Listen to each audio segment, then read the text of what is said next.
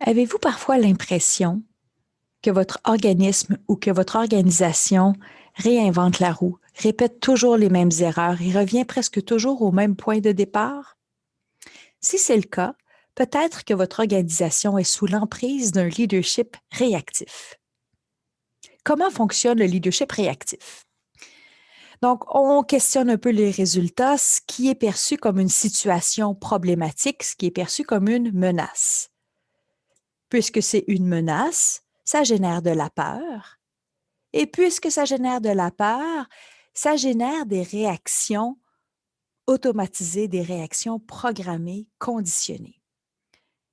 Ces réactions-là ont été des stratégies, sont des stratégies que j'ai développées avec le temps pour être capable de rencontrer les menaces. Et ces réactions évitent que la menace survienne.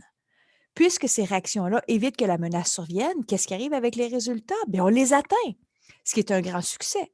Puisqu'on atteint nos résultats, qu'est-ce qui arrive? Bien, la perception de menace diminue, la perception de peur diminue, la réaction diminue, mais puisque les résultats étaient produits grâce à la réaction, quand il n'y a plus la réaction, qu'est-ce qui se passe avec les résultats?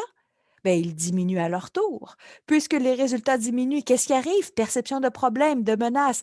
Et le cercle se poursuit. Problème, menace, génère de la peur, génère de la réaction, et ainsi de suite. Donc, mes résultats oscillent toujours entre performant et questionnable. Performant et questionnable.